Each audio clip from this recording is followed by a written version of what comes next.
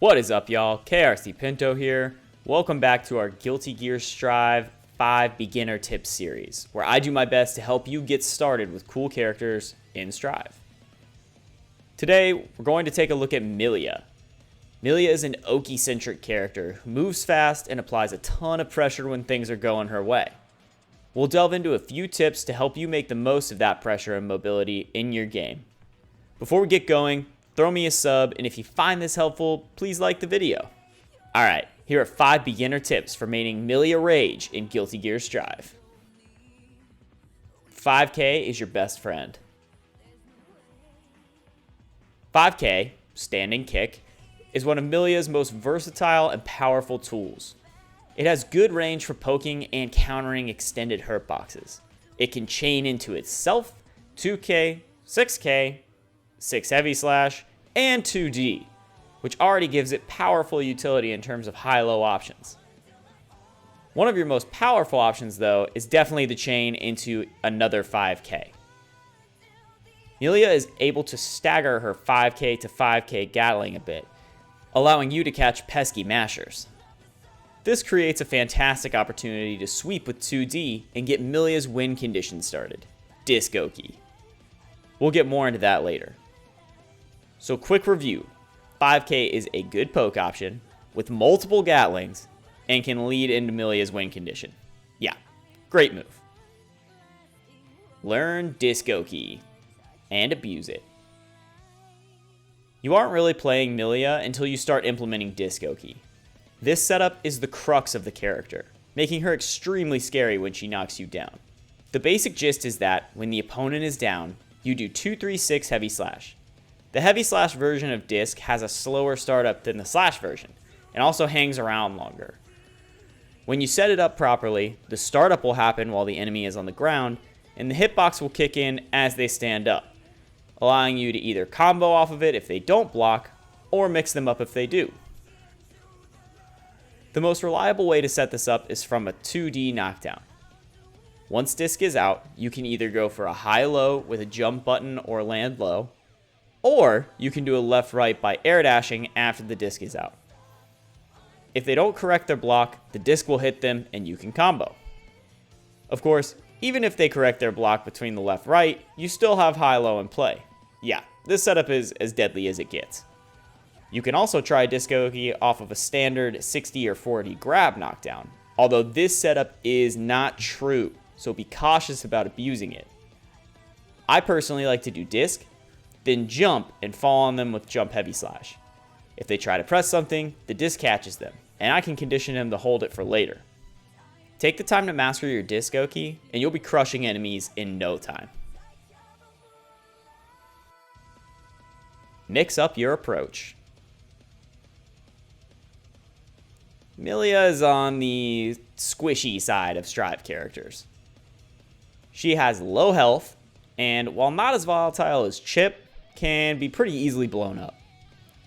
To compensate, she has plenty of movement options to help you approach safely. To succeed with Millia, you'll need to learn to not only mix up your Oki, but also your movement.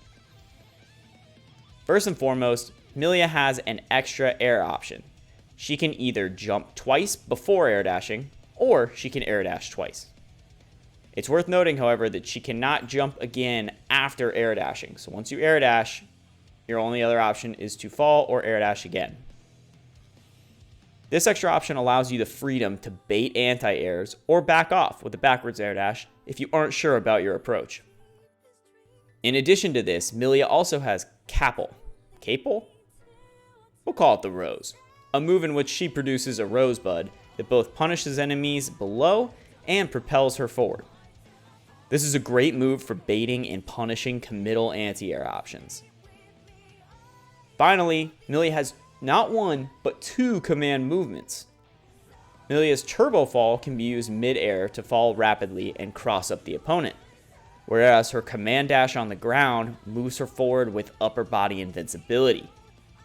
The grounded dash is particularly fantastic for moving through projectiles, crossing up opponents, and closing the gap on mid-high buttons for a throw.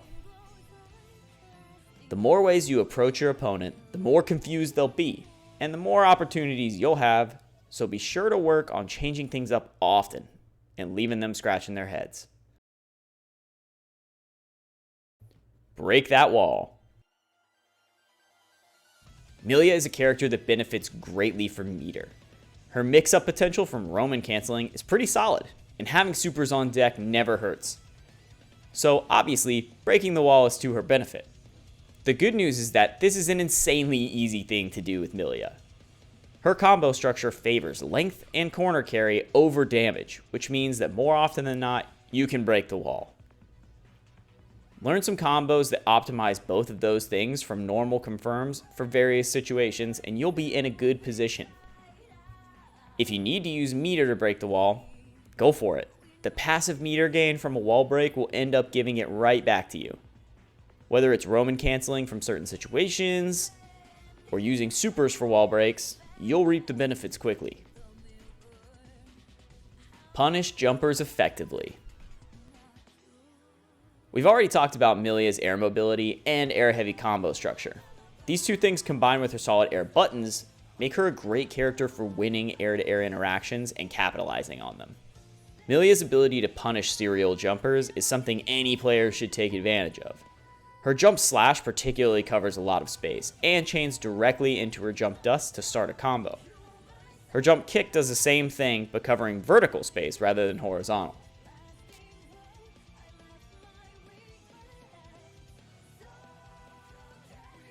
Of course, if you're already above them, you can place a nice rosebud above their head for them to smack into. Even grounded, Millia has a few anti-air options. Her 6P is a good defensive coverage tool. However, arguably her best button for anti-airing is close slash. It's not as safe to use as 6P, but the reward is significantly higher. If you can get directly below a jumping enemy, her close slash will catch them from a good distance and allow you to enter one of her standard B&B routes. This lets you either get in the corner or break the wall easily to get started on your pressure. Alright y'all, those are my 5 beginner tips for playing Millia. This character can feel like a lot at first, but if you master the basics of Disc Oki and work on her movement, you'll start to feel some serious freedom when you play her. As always, let me know in the comments if you have any questions. Be sure to sub the channel, and I will see y'all next time.